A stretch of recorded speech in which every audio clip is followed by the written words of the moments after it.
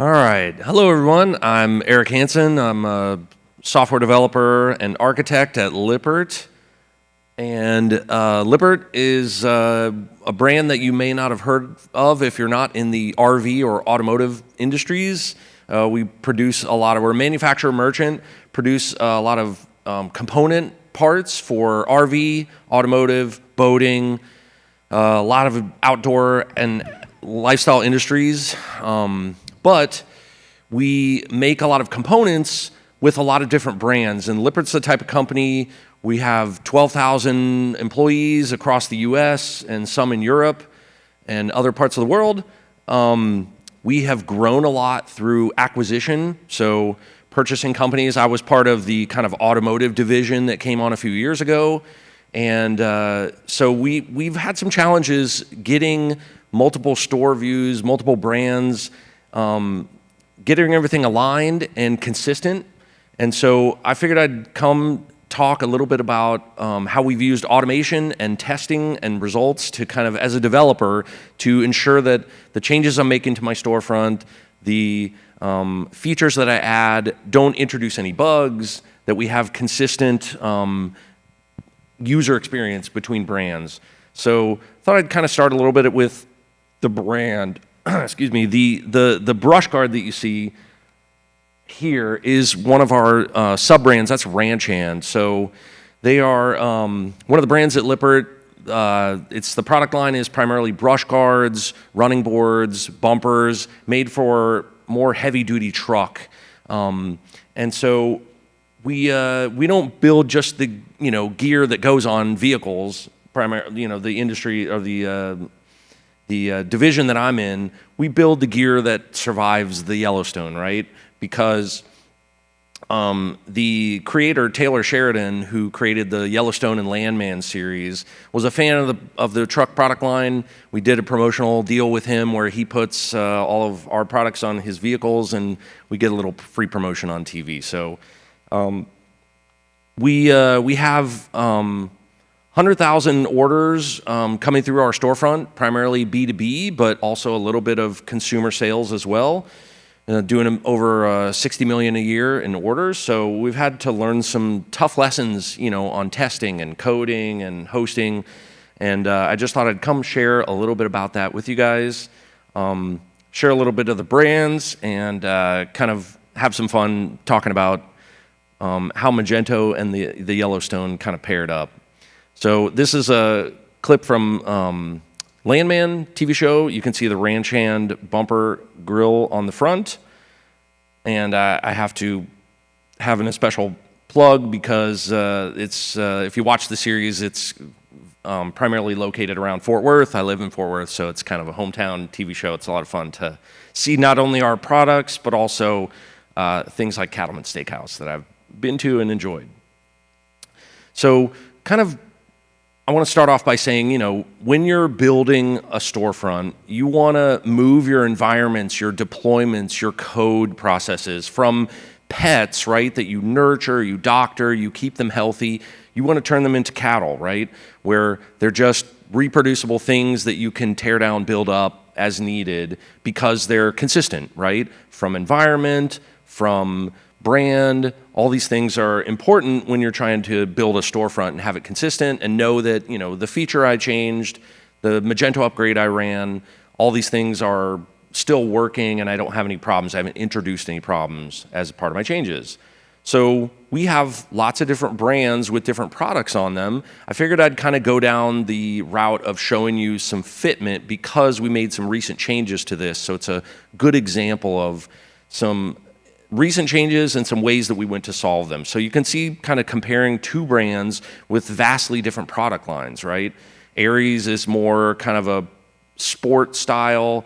Kurt is more towing and electrical, wiring harnesses, that kind of thing. And so changing a few environments and storefronts can introduce a big change, which caused a lot of time waste for our developers, our QA team, to kind of go back and forth and be able to test everything back and forth, make sure everything was still working. So I'm going to pick a particular test product suite called Cypress. So my examples all go over Cypress, but you can use these examples for any test suite, any approach to testing.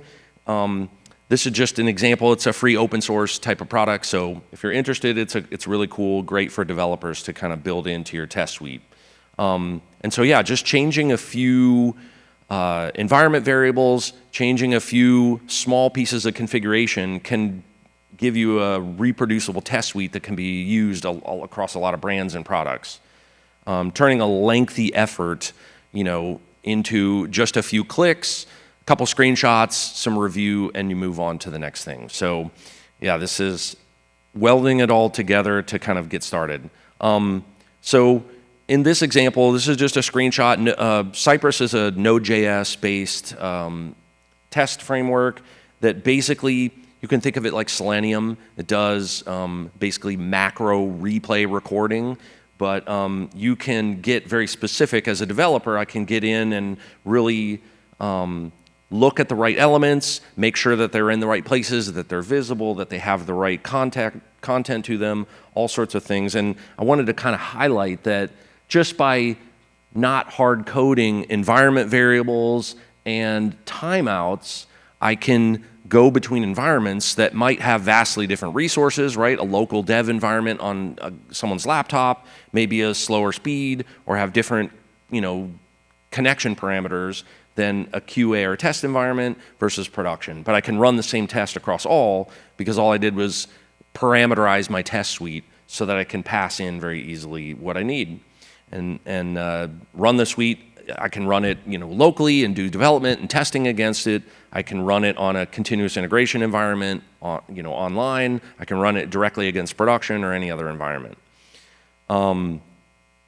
Then I went a step further and abstracted out some of my test framework so that I can just pass in, I need to test multiple year make models, right? With fitment, if you don't know anything about automotive fitment, there's a database that an auto care aftermarket catalog association puts together that has vehicle configuration, right? All possible years, makes, models, submodels from all manufacturers, right? Going back to the 1800s. Then we can pair that information with our catalog, which is ACES, which is aftermarket configuration, I wrote it down, aftermarket catalog exchange standard. You don't need to know anything about that other than to know that's how you tie the products to the fitment of the vehicles. And because I wanted to test many different types of vehicles, and we have a custom API that we wrote that returns all those results so that that logic doesn't have to exist directly in the e-commerce platform, the logic is abstracted out to an API that could be used anywhere. And so one of the concepts I thought would be useful to other people is, you can put in intercepts and waits to say, wait until the API comes back with the right information, because as you change years, makes, and models, you get dynamic results. Things come back depending on which products you're asking for in the, in the category, which products you came back in a search result. You're going to get different questions. It needs to know, the API needs to know different things about your vehicle to tell whether it fits or not. So yeah, this was just an example of abstracting out your test so that it could be reused in different places. And this is kind of the end result, putting it all kind of together where I can, set my fitment, which then goes through all the process of doing drop downs, clicking on elements in the page, and then I can do assertions and say, when I look at the list of years, it should have more than a certain number, or it could have, you could do an exact match, you could do content, you can make sure things exist or don't exist on a page, you can wait for spinners and loading elements to appear or disappear. So lots of flexibility, and the nice part is that it's given me confidence that, when things load on the page, at the end result on the right-hand side, I get the fitment that I need or that I'm expecting to find.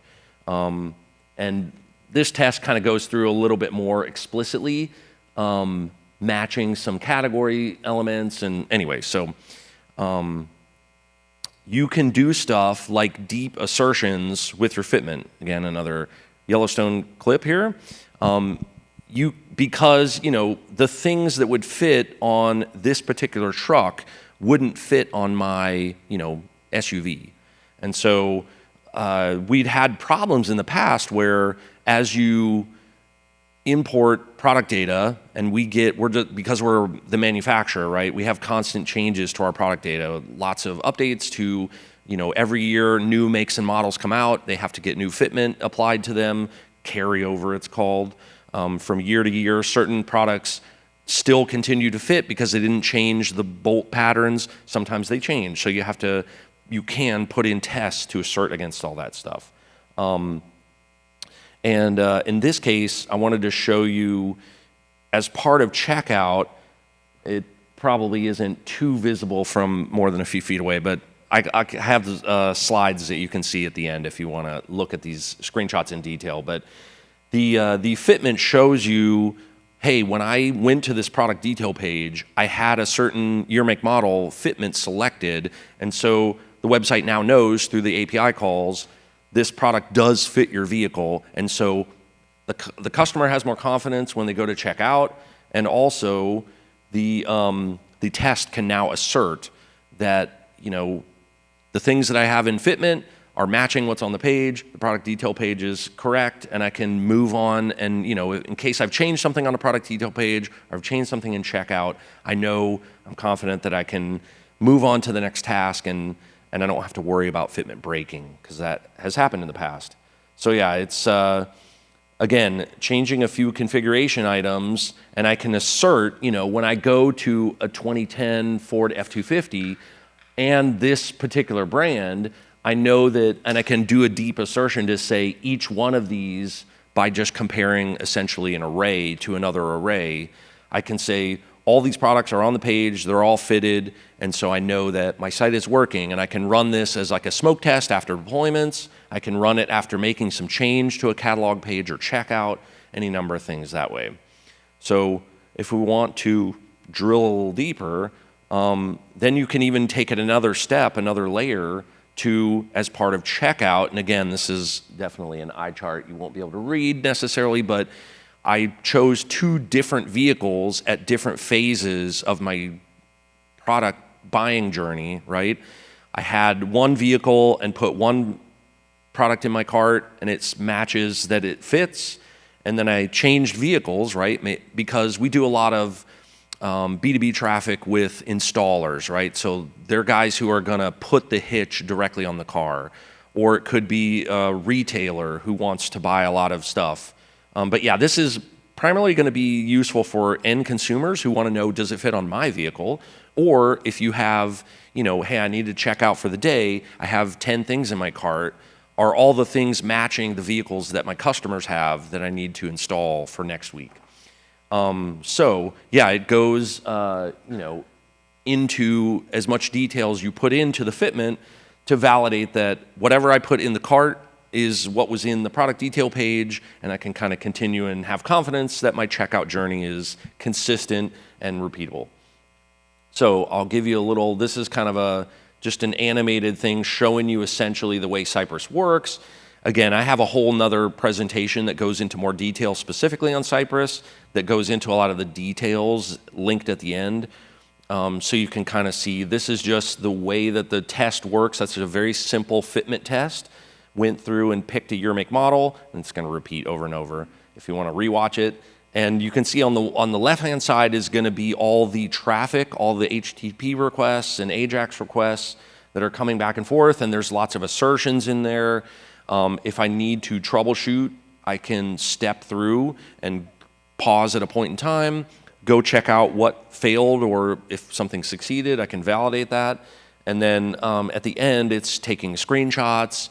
It can do all kinds of report outputs. So there are many options when it comes to test results. So again, as a developer, as a business owner or a product owner, I have confidence knowing that everything that the developers are building, that I'm building, or anybody, it's consistent, it's repeatable. I've turned my test suite, as much as my code and my storefront, into a repeatable, thing that I can treat like cattle, that I don't have to manage and babysit.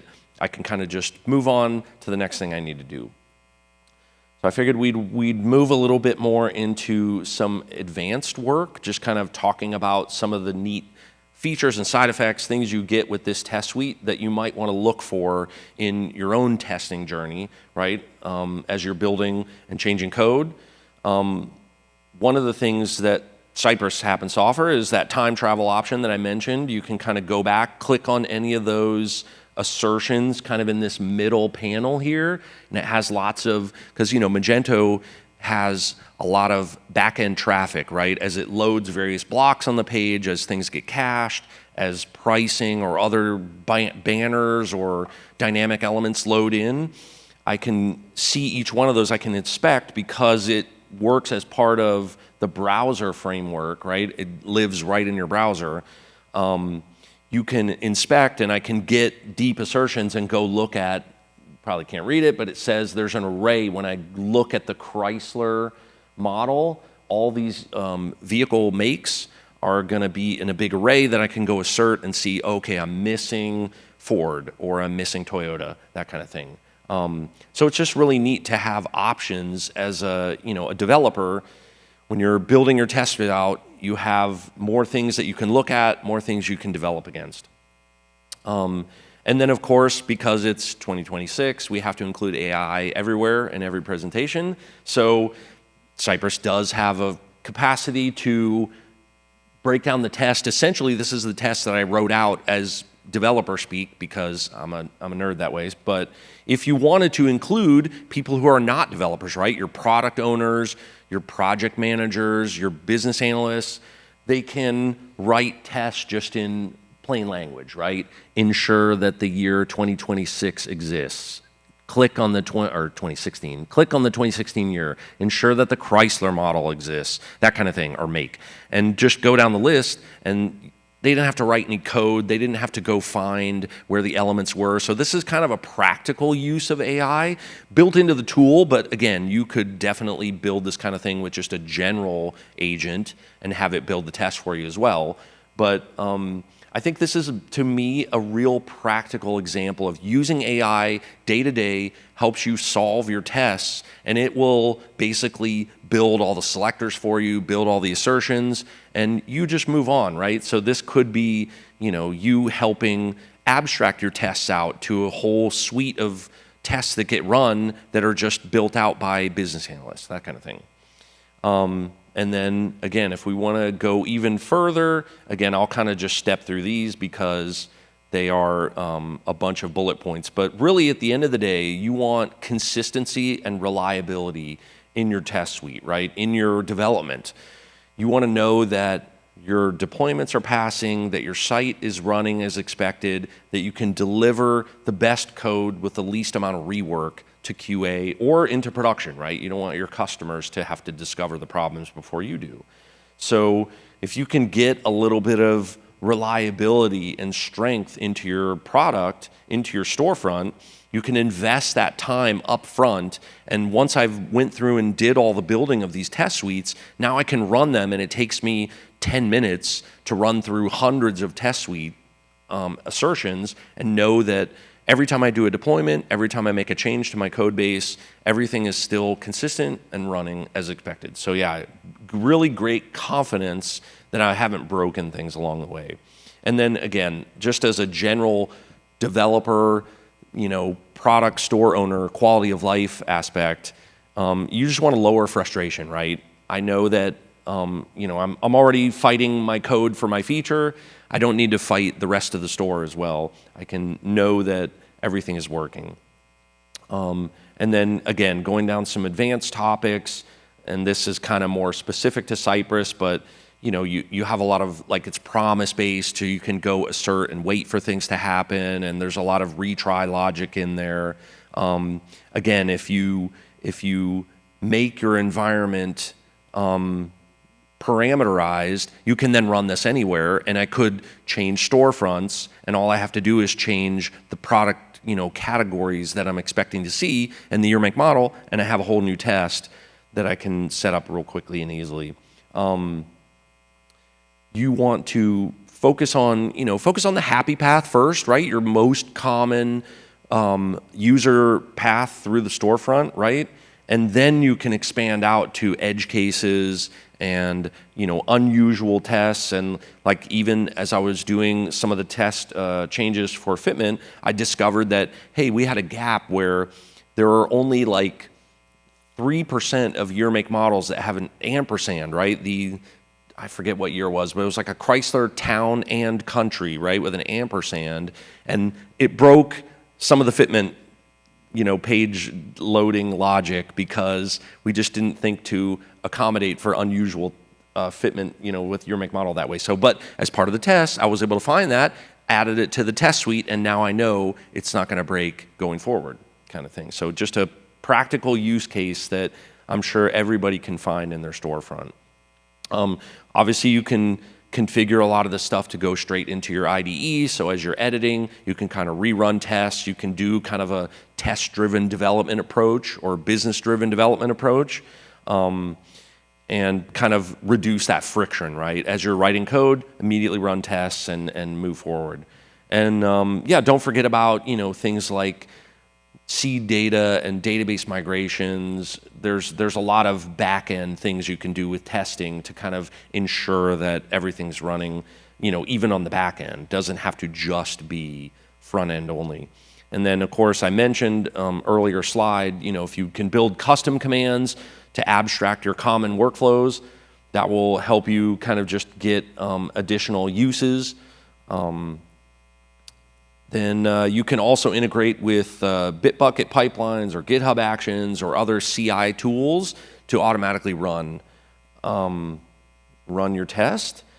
And let's see. Oh yeah, as I mentioned, whether you use AI or other kind of integrations with your test suite, try and involve other people other than developers. It'll help you find unusual use cases. It'll help you find, kind of what your business needs to ensure is working, right? And fitment was a new, kind of new feature on our site that we've migrated between a couple storefronts. And so it's getting a lot of attention. And the business owners, the project managers, they wanted to see a lot of this. So I helped involve them in, hey, what should the happy path be? What test cases should we include?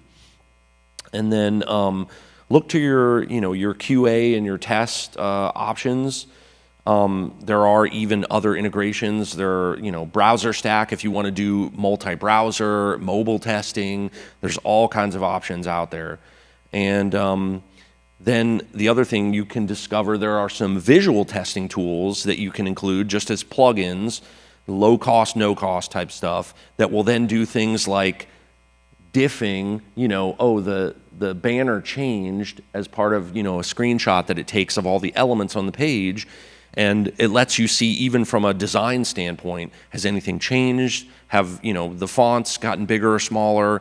Are the banners breaking things on the page? Is my navigation visible? Simple things like that you can even include. So just an encouragement to look into testing. I think it's one of those aspects of development that gets very little attention, but it can pay off big in just confidence and my ability as a developer and as a project owner and architect to be able to tell that, like, yeah, my store is running great. I have full confidence that everything is going to act like cattle, right? It's just repeatable, consistent, reliable. So I'll put up the next slide that has some URLs. It has some QR codes. If you want to look more deeply into Cypress, I have another talk from Meet Magento in 24 that I spoke about. And then links to this slideshow and other things. So thank you, everyone, for attending. And I hope you're inspired to go check your own journey.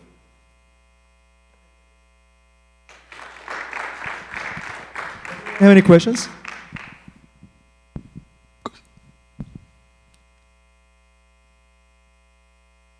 Yeah, thank you very much for covering this topic. I have a question that somehow comes from practice.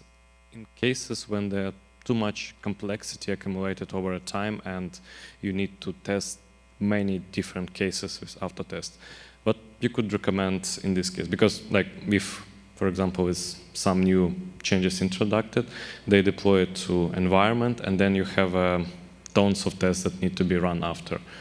What would be maybe some recommendations how to deal with it? Yeah.